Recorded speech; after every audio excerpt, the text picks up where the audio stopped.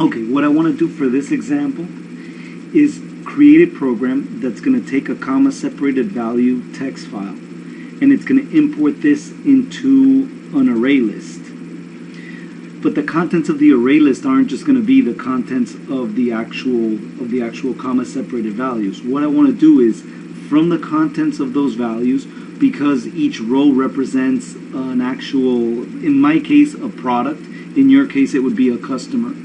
What I want to do is create a class, instantiate that class, and then put each row into an instance of that class, and then add that class to the array list, hence having an array list of products. Once I finish reading the file and importing this, I want to print this out and then be able to sort the list by both price and then by item number, and also print those as well.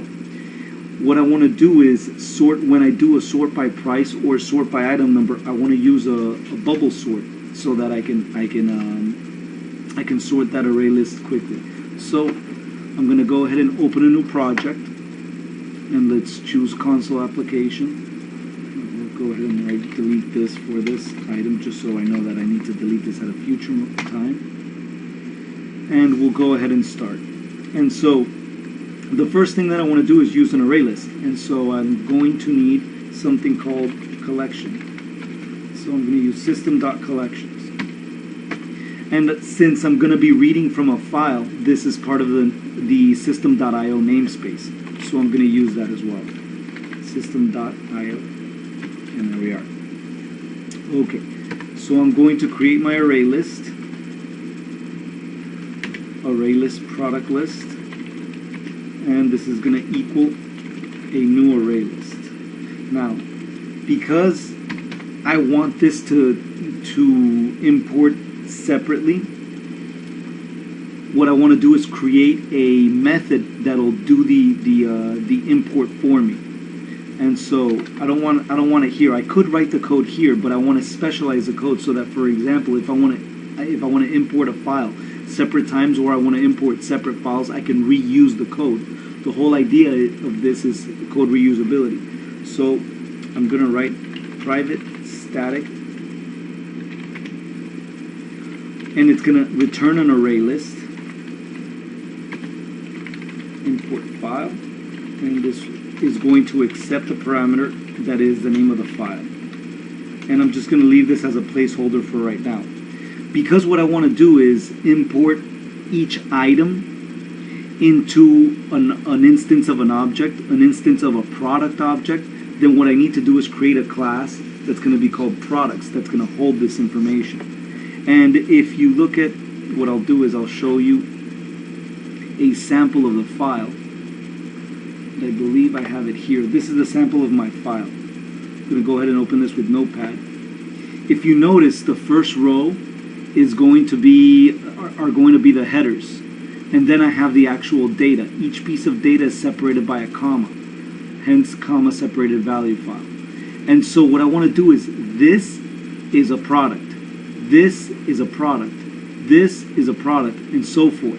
And so I need to create an object that describes this, where you have item number, quantity, description, unit price, and barcode. And so that's what I'm going to create with the instance. So I'm going to go back in here, and I'm going to go ahead and add a class, and I will call this products. And in this class, now I can pretty much define it. So public class, I'm going to create my private members. So I'll have private string item number, private int quantity, private string description, private double price, and private string barcode. And now I can create my constructor. So I'm going to create a default constructor which accepts no parameters, and all this is going to do is instantiate my private members. And so I'll have item number equals null string. I'll have quantity equals 0. I'll have description equals null string. I will have price equal to 0. And I will have, last but not least, barcode equal to null string. So that's my default constructor. Then I want a constructor where I pass actual parameters that will contain the data that will be loaded into these private variables. And so I don't want to rewrite everything, so I'll just do a copy paste. And instead of this being no parameters, I'm going to go ahead and define them. So I'll define the first one as item number, int quantity, string description, double price, and string barcode. And now what I can do is, instead of these being empty parameters, empty variables, I'll just go ahead and pass the information up. So this will be equal to that, and then this one will be equal to quantity, and this one will be equal to description, and this one will be equal to price. All of these are based on the data that was passed, and barcode. And there I go. And now what I can do is create the public properties that will expose these private members outside. And so I'll go ahead and write public string item number. And because this is going to be a read-write, I will set a get. And get will just return whatever item number is, the private one. And set will set the information equal to whatever value is passed. And I can do this for every single one. I'll just do a copy paste here so this could be a little bit quicker. And the next one is going to be quantity, so this will be int quantity, and I'll just replace this quantity and quantity. All I'm doing is just creating the properties. I'll do the next one, which is description. It's also a string, so I can leave it there. Description. And it'll return a description and load the description. And the next one will be price, so it's typed double, and this is price, and it'll return price and set price. And last but not least will be barcode. It's also a string, so I can just change this to name, barcode, return barcode, and set barcode. Okay, I'm almost done with my class. The last thing that I want to do is override the toString function. The reason is, I want it to print the way I want it to print. I don't want it to print whatever the default way is. And so I'm going to redefine by overriding it. So I'm going to hit public override, string,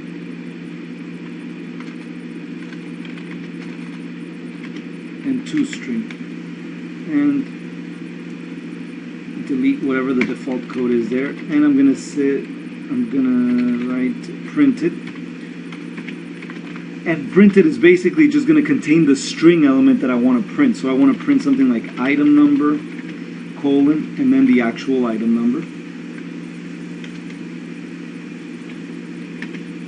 And then I want it to print a new line. So basically environment.newLine is just a carriage return line feed. And then I want it to print description. And then provide description. And again, environment.newLine. And I'm going to go down just so that this is visible. Since I'm not putting a colon or anything, it's just following the sequence of the string, meaning it's not doing anything, but doing this is the same as writing it this way. Since I want you to be able to see this on the screen, that's why I'm doing it this way. Alright, so description, and now I want price. So I will type in price, and provided the price dot toString. This has to have toString because of the fact that it's a double. It's not a what do you call that? It's not an int or a double or whatever. I need to convert it to a string in order to do this. All right, so I have item number, description, price. I'm just gonna leave it like this, so that we can do this quick, and then return. It's expecting a string, so I'm gonna return print it, and there I go. So that will be the code for instantiating products. Okay. Now that I have this code, I can go back here and actually import the file. And so to import the file, I'm going to create an Arraylist and call it imported, and provide it a new memory location. I'm going to create an instance of a product. So in this case, I'm just going to define it as current product.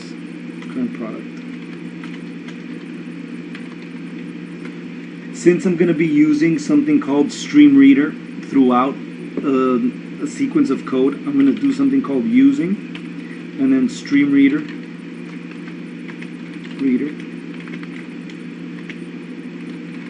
and I'm going to instantiate it with the file name that was passed. So to explain this code a little bit, this is the object that's going to actually open up the stream to read whatever the content of the file is. And it opens this up and it passes it into a stream reader called reader, based on whatever file I pass to this method. Remember, for your code, I need you guys to document it well. So you're going to want to do comments on the code and all this stuff. For the sake of simplicity, in this example, I'm skipping over this, but that does not mean that I do not expect this for your assignments. Okay. And so here will be the code that I'm going to write to actually get this to work. So what do I want? Well, the first thing that I want is to define a string called line and set it equal to null. This is going to hold the memory location for whatever the current line is. And then I want to say while null is not equal to line equal to reader.readLine. Do the following. All right, what this is going to do, am I missing something? Yes. Okay. What this is going to do is while line is not null, having read the first line, so basically it's going to read a line, whatever the first line in it, if you look at this, it's going to read, for example, this, and it's going to pass it to this line string. And so what this is saying is, while this is not null, go ahead and loop, meaning at some point it's going to get here, and this is null. And so it's going to know that it's the end of the string. Okay, so while this, then what I want to do is create an array of type string called imported values. And what I want to do is split it. See, every line, every string has a function called split that expects a particular parameter. And what I can do, and what it does is, if it figures out what that parameter is, it creates an array based on that parameter and indexes it. So for example, what I can do is this. I can say imported values equal line, which is a string, dot split, and pass it the parameter. Well, what's the parameter that separates my file? It's a comma separated value. So I'm going to do this. And so what this is going to do here is it's going to open up this, and it's going to read this element as a string, as a complete string. And then because of this split function with the comma, it's saying, hey, anytime you see a comma, make this element a new piece of data that's going to be in an array. And so this is going to be array subindex 0, array subindex 1, array subindex 2, array subindex 3, and array subindex 4. So it's going to create an array of size 5 with those elements inside. And it's going to call that imported value. It's exactly what it's going to do. And so now I can say, all right, well, current products equal to new products, because now I want an instance of my class. And now I know that these have indexes which contain the values of the characteristics that I want to load into this product class. So I want to do something called try catch, which just anticipates errors. It's an error handler. So because, think of this, at some point I'm going to try to import a number, let's say 3, which is quantity, or price. Well, what I can do is, see, I anticipate all of this where I know that the file contains these. The second element of the array in that sense would be a number, but the first one wouldn't. They would all be strings, even though I would be expecting a number. So what I can say is, hey, if you catch an error here, it probably means it's a header file, so just ignore it, which is why I have this try catch.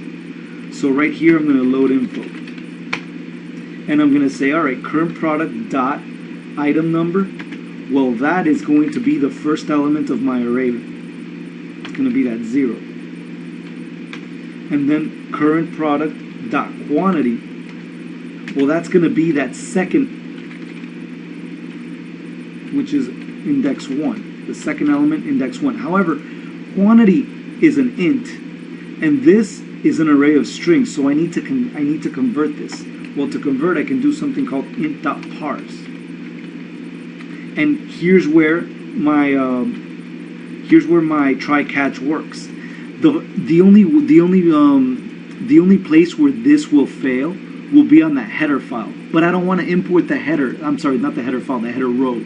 But I don't want to import that anyway, so it'll just hit the error here and go catch here. Since I don't have anything catch in catch defined, it's just not going to do anything. It's going to go on to the next one. And so it's going to do exactly what I want, which is ignore the first header. I'm sorry, ignore the first row. Okay, and so current product.description equals imported values to current product.price, and again, this is going to be a double, so I want to do something called double.parse and pass it that imported values 3, which is the third element.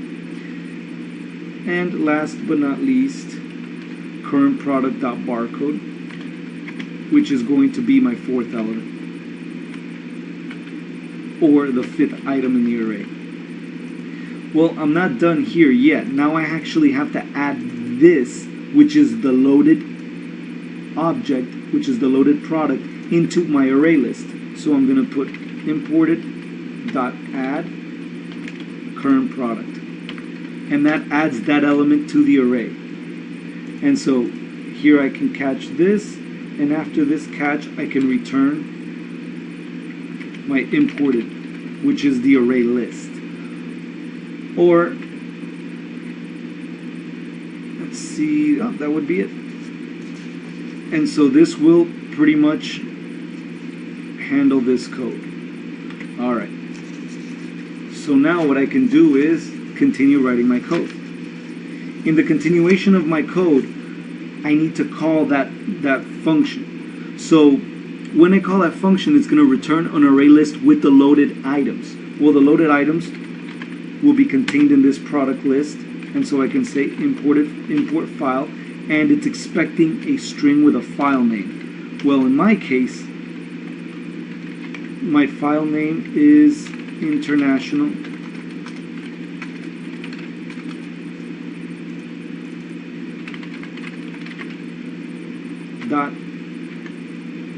.csv.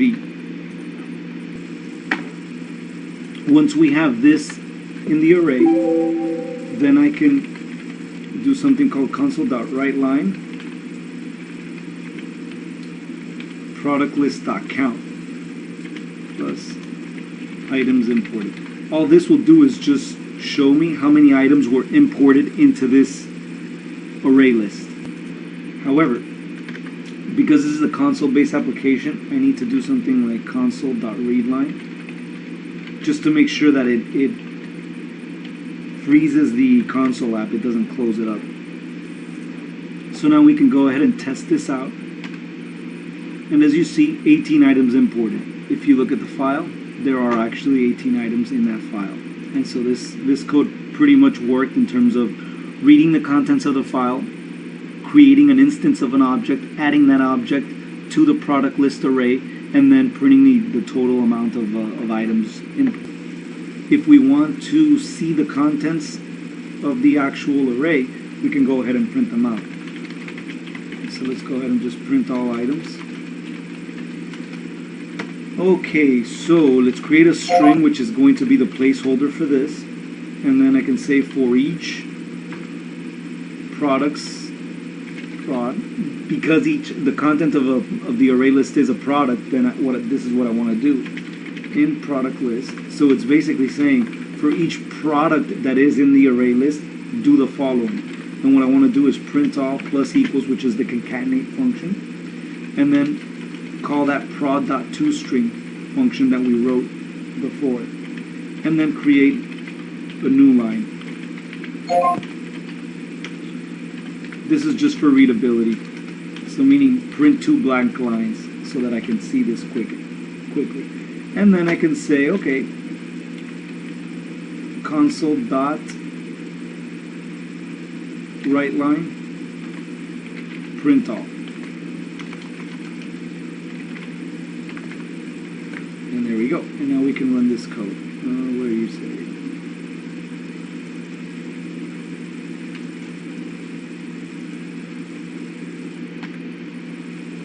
Oh, let me take a look and see what this error is. Okay, I need to instantiate it. There we go. So there we go. It now printed every single item. 18 items imported, and there we go. So that's how I would print the contents of those files. So what we can do now is move on to the code that will sort. And so before we move on to that, because I want to sort it multiple times, this is again a good example of why I want to create a method for this. Because I want to use it multiple times without having to rewrite the code. While I can just write code here to sort, I don't want to do that. I'd rather just write one piece of code, pass it an array list, for example, have it sort that array list by whichever means I want, and then return the sorted array list so that I can use it multiple times. And so what I want to do is create that code for that sort. So I'm going to go down. Now we can put it here. And we can create something called private static array list, in the sense that it returns an array list, and we'll call it bubble sort. Now I'm going to create 2 parameters, one that's called sort type, and the other one that is the actual array list that I want sorted. And I'll explain these in a second. Okay. Now the reason that I need a sort type is because I have 2 different methods. I have a sort type by price, and I have a sort type by item number. And item number is a string, price is a number. And so the way that I sort these will be different. And so I need to modify the code within this method depending on what was passed. And so another great example of why you need to comment this code. So we'll call this bubble sort method. And so here in sort type, if 0 is passed, then what this is going to say is sort by item number. Otherwise, if 1 is passed, then that means sort by price. I write this so that whoever uses my code, or if I need to reuse the code, I know what it is that I need to pass. And now I can write the code for it. So, and if you remember the algorithms for bubble sorts, when we did that in the first couple of weeks, this is pretty much the code that you were looking through. So it shouldn't be foreign to you. So we'll call this right border, and the right border will pretty much be whatever the size of the array list is minus 1, and then the left border will equal 0. Now because I'm indexing this at 0, I'm starting it at 0, that's why this is minus 1. Okay, so remember, any bubble sort is going to have a double loop. So what I'm going to do here is, while left border is less than right border, that's going to be my first loop.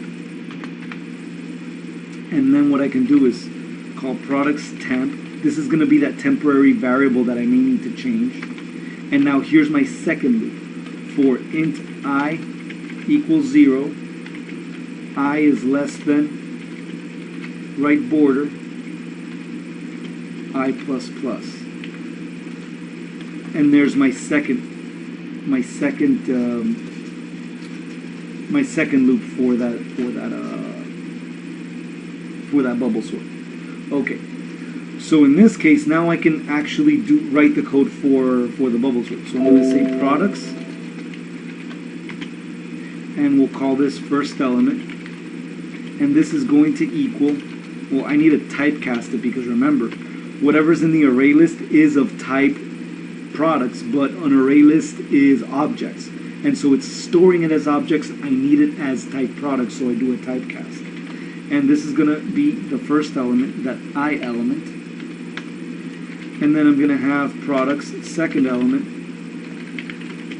and another typecast. And this is going to be my plus one element. So I plus one. Again, this is the exact same code that you've been looking at. I'm going to do an order and call it int. And this is based on the results of the string compare, or basically the result of my test to see if the first element is greater than the second element, to see how I order them, if I need to do a swap. Okay, so if sort type is 0, that means that I am sorting by item number. So instead of rewriting a bunch of code or figuring out code, I'm going to use something called string.compare. And so what string.compare does, it's a method that's already there, and basically it returns an int where the rules are retrieved there. .compare, and it's going to take a first element. So I'm going to need first element dot item number, comma, second element dot item number. And what this is doing is, if I need to swap it, then it's going to return something greater than 0. Otherwise, it's going to return 0, meaning the order is fine. So that's the first one. And then else. Else means sort type was 1 or something else, which means sort by price. And so what I want in this one is, okay, well, if my first element dot price is greater than the second element dot price, then I need to swap them. So because I need to swap, I'm going to set order equal to 1. If that's not the case, then I can just say order equals 0, and I don't need to swap. And there we go. And so this handles if it needs to be swapped, meaning if it doesn't need to be swapped, meaning the first one is less than the second one, then this compare function returns 0. If it returns greater than 1, it means that the second element is actually greater than the first element and I need to swap. Hence, it'll return a number greater than 1. I'm sorry, greater than 0. Same in this case, I want to force it. So I'm saying, because I can test it out, if the first element price is greater than the second element price, then I set it equal to 1 because I'm going to need it swapped. Otherwise, just set it to 0 because I'm not going to need it swapped. And so I can say, okay, if order is greater than 0, so I need a swap to occur, well then do the actual swap. So temp is going to equal my first element, and then product list I is equal to my second element, and then product list I plus 1, is going to equal temp. So the swap occurs right there and then. After this, is it after this? I think it's after this. All right. Left border plus plus, and then I'm going to return the product list. And so this will, I forgot this. And so this will actually complete a sort. All right. And then I can go and actually use it. And so to use it, let's see, where am I? Print all. Let's go ahead and not print this, just so we can print only the sorted stuff. Okay, so to sort, all I need to do is now call it. So I can say product list equal bubble sort, and I want to first sort by price. So I'm going to pass it a 1 and the original product list. And now this is going to have the sorted element. So now what I can do is just go over here, or I can just do this. Move this here. And now what this will do is it'll print the sorted price list. So we can go ahead and run this test. And as you can see, it's now sorted by price. There we are. And we can do the same by item number, simply by changing this to 0. And so I change this to 0, and now the sort will be by item number. And there I go. Look at the item numbers, how they're sorted. And so the code works beautifully. Okay, for your assignment, you also need to do a sequential search. And a sequential search is pretty simple. If you know how to do the bubble sort, you can modify it. It's just a matter of 1 loop instead of 2. And you need to modify. This isn't going to be the exact assignment. Obviously, I can't give you the exact assignment. However, it should be a great starting point on what it is that you need to do to manage writing the code for assignment number 4. Well, thank you very much for viewing this this lecture. Should you have any questions, please feel free to text me or call me or email me. Have a great day.